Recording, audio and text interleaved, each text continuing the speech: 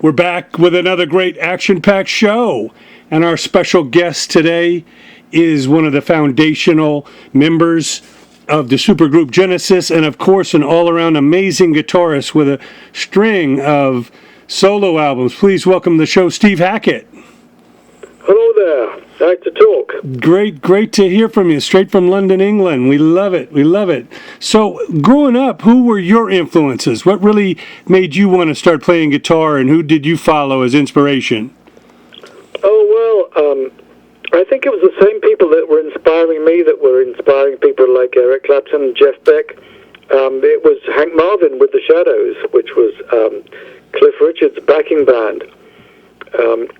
Hank was the first guy to have a Stratocaster in this country.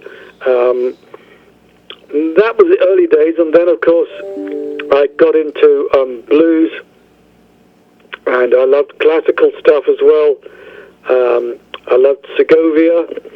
I loved all the great guitar heroes who were around in the 60s. I loved Keith Richard and Brian Jones. I loved Eric Clapton, Peter Green, who sadly passed on now, Jeff Beck, just to mention a few. So those were my early influences. Yeah, we hear Hank Marvin a lot. Obviously, he shook England up and I guess rattled a lot of garages with kids buying guitars. That's right. Actually, there was a get together. He was going to relocate from the UK to Australia, and Fender Guitars put together a lunch where the people there were, it was myself and Steve Howe, because we had GTR at the time. It was Eric Clapton, it was Jeff Beck, it was David Gilmour, and we were all around the same table to pay respects to Hank Marvin, who was an extraordinary influence on everybody. That's great to hear. And I know, of course, England got a heavy dose of, American music with the blues players that continued to influence Clapton and Beck and, the Jimi Hendrix experience exploding. Sure. So it must have been an exciting time, late 60s, early 70s in England. What were your impressions as you started to play in bands?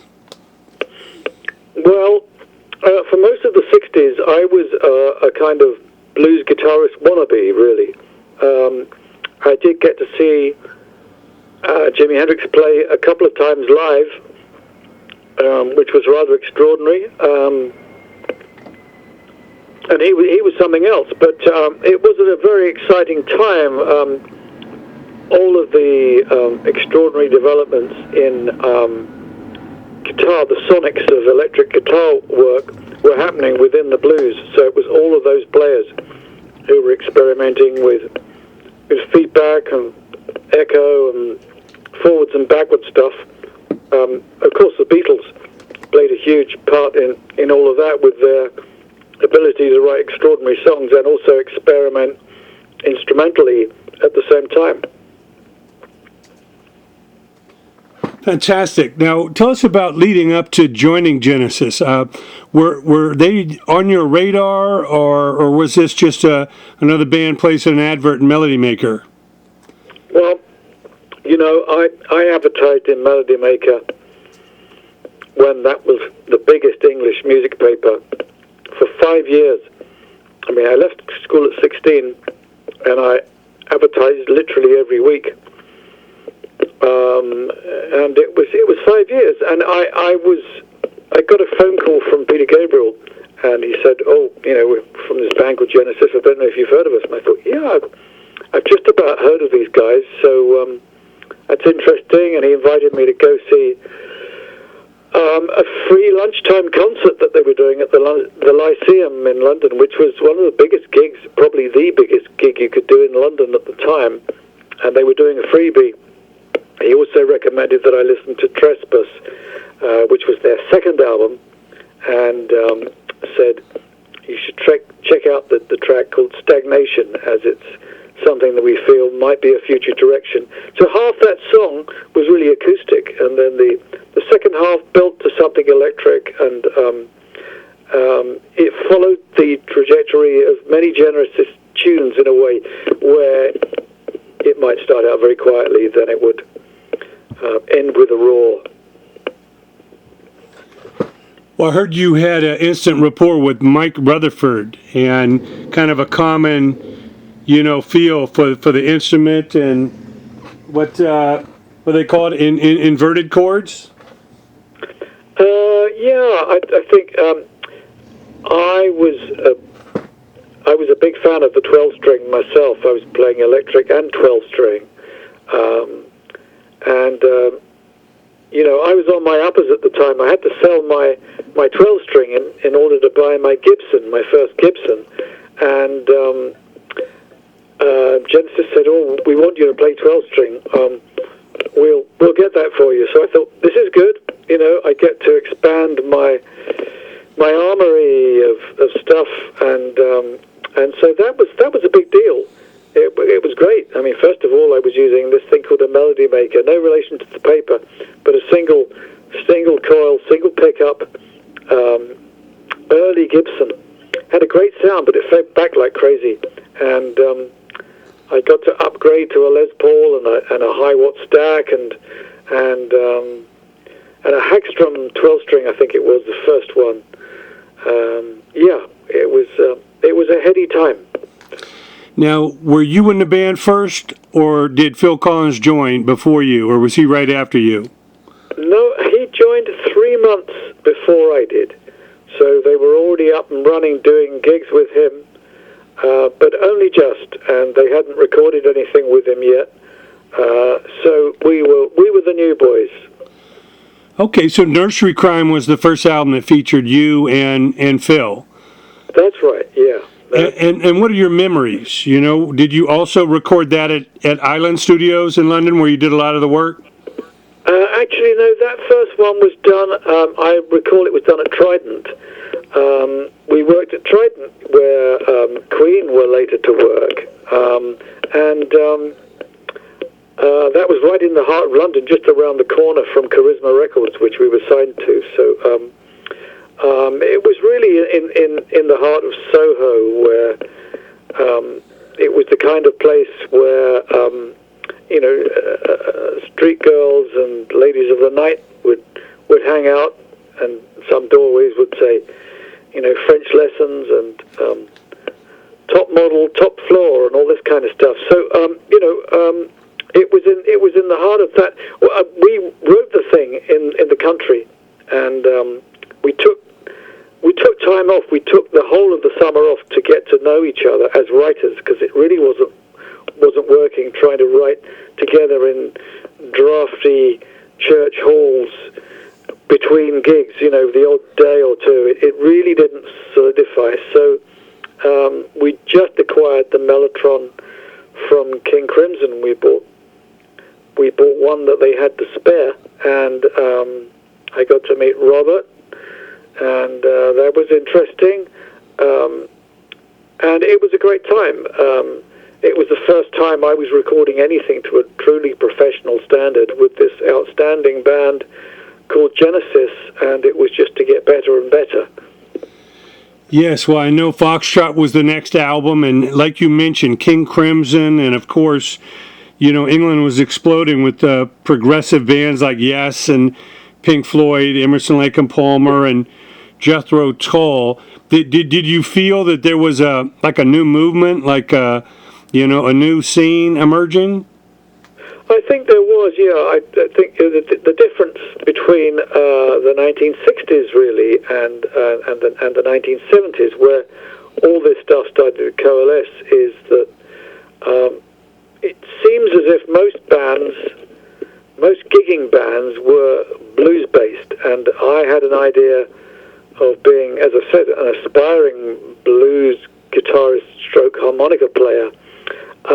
And just like many guitarists, the blues boom really died on me.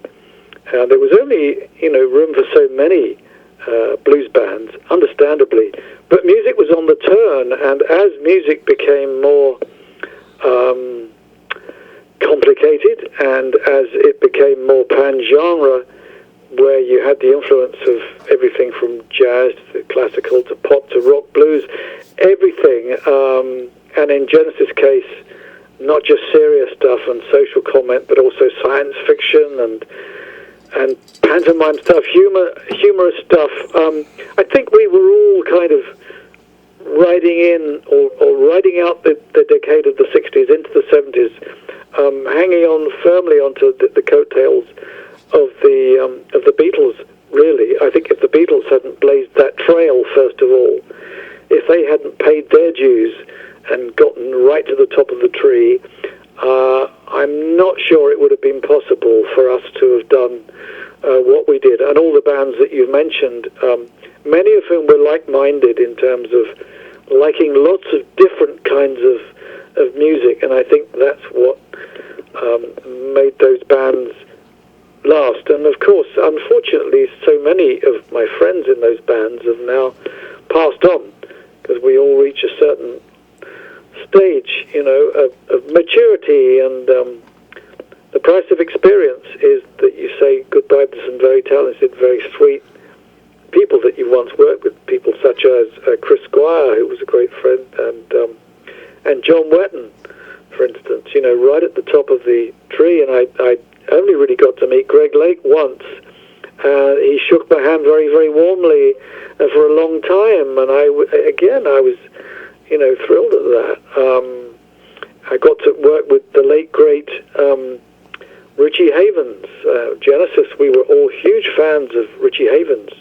Loved his voice, so I got to work with him, and I got to work a little bit on his stuff, and then some years later, Peter Gabriel worked with them as well, and he sang beautifully on everybody else's tunes because he was such a great singer.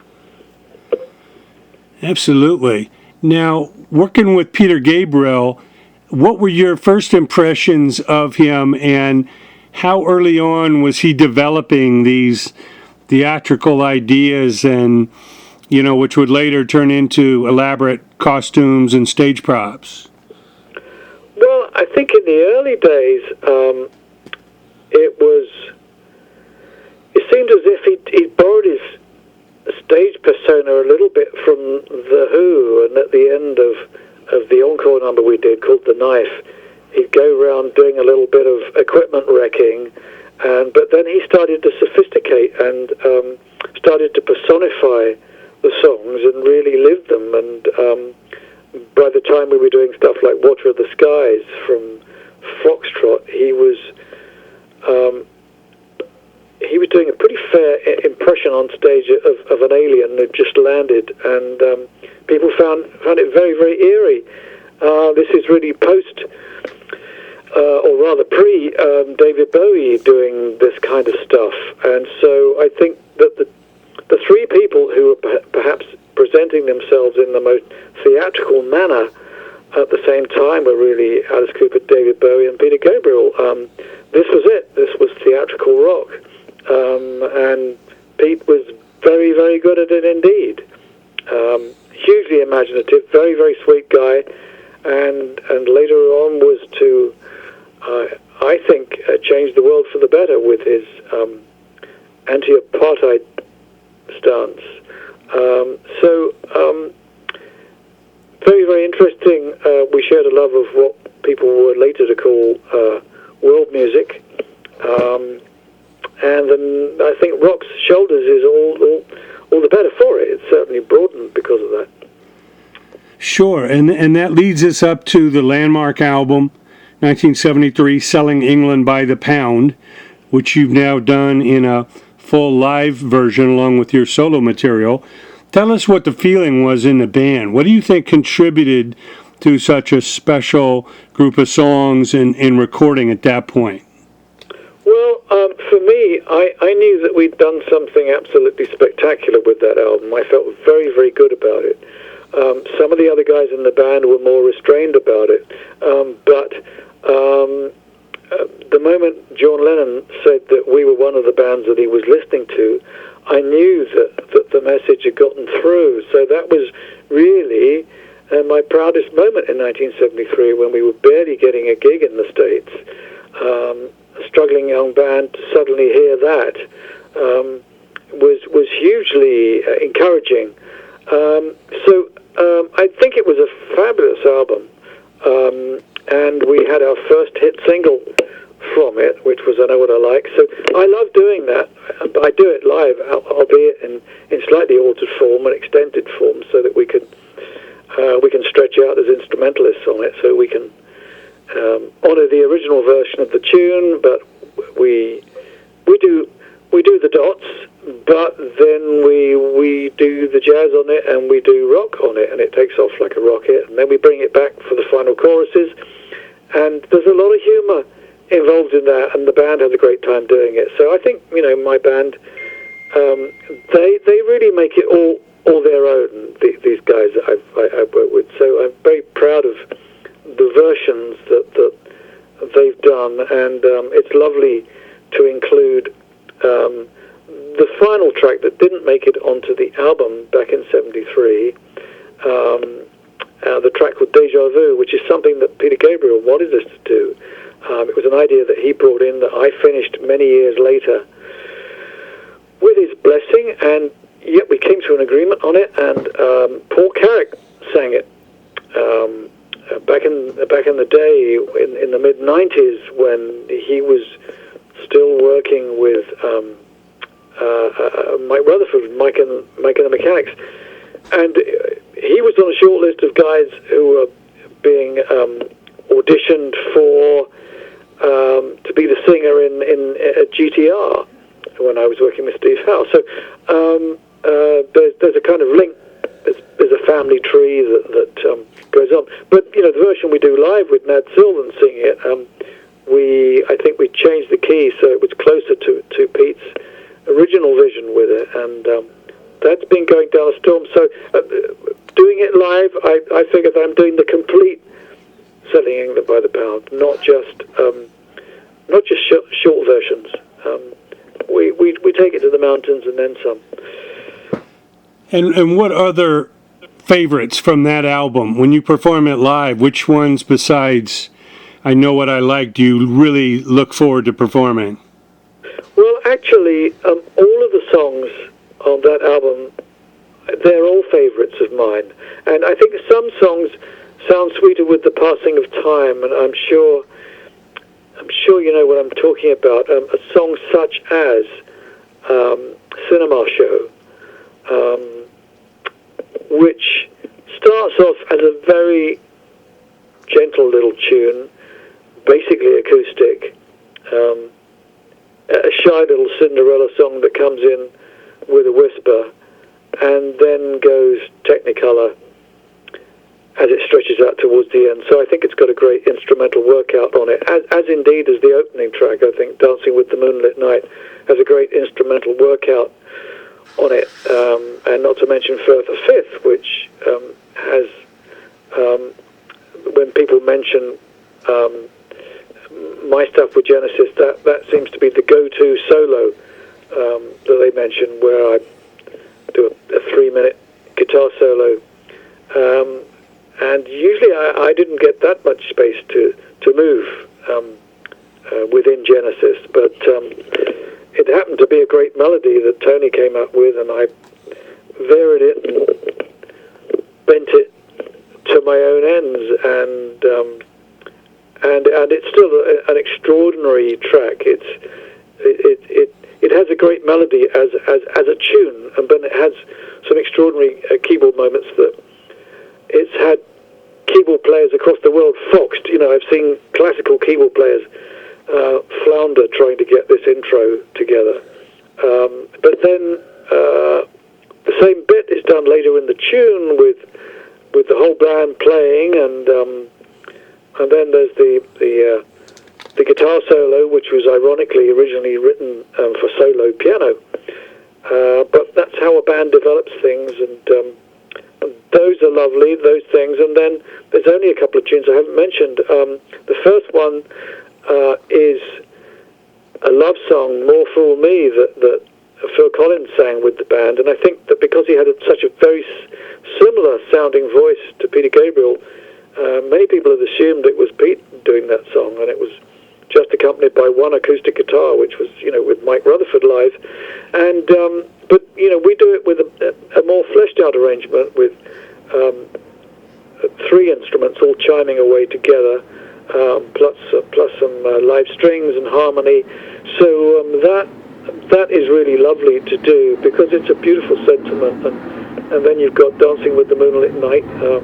The other one, Epping Forest, the Battle of Epping Forest, which is a kind of real prog workout, a kind of prog pantomime in a way. I love doing that. And then a small piece of mine, which was called After the Ordeal. So we do that and extend it slightly. It's nice to be able to do all of those pieces. Yeah, certainly a landmark album and a great live performance, to bring everybody back to that great time. And I know you guys did 6 shows in 3 nights at the famous Roxy Theater on Sunset Strip in Los Angeles. That's and of right, course, yeah. Yeah, this all led to The Lamb Lies Down on Broadway, which got a lot of airplay in America and opened you guys up to a bigger tour, and it was more elaborate, with all the props. What were your best memories of the Lamb tour, and when did you start to feel, that Peter was kind of, heading away from the band? Well, Pete had an offer from William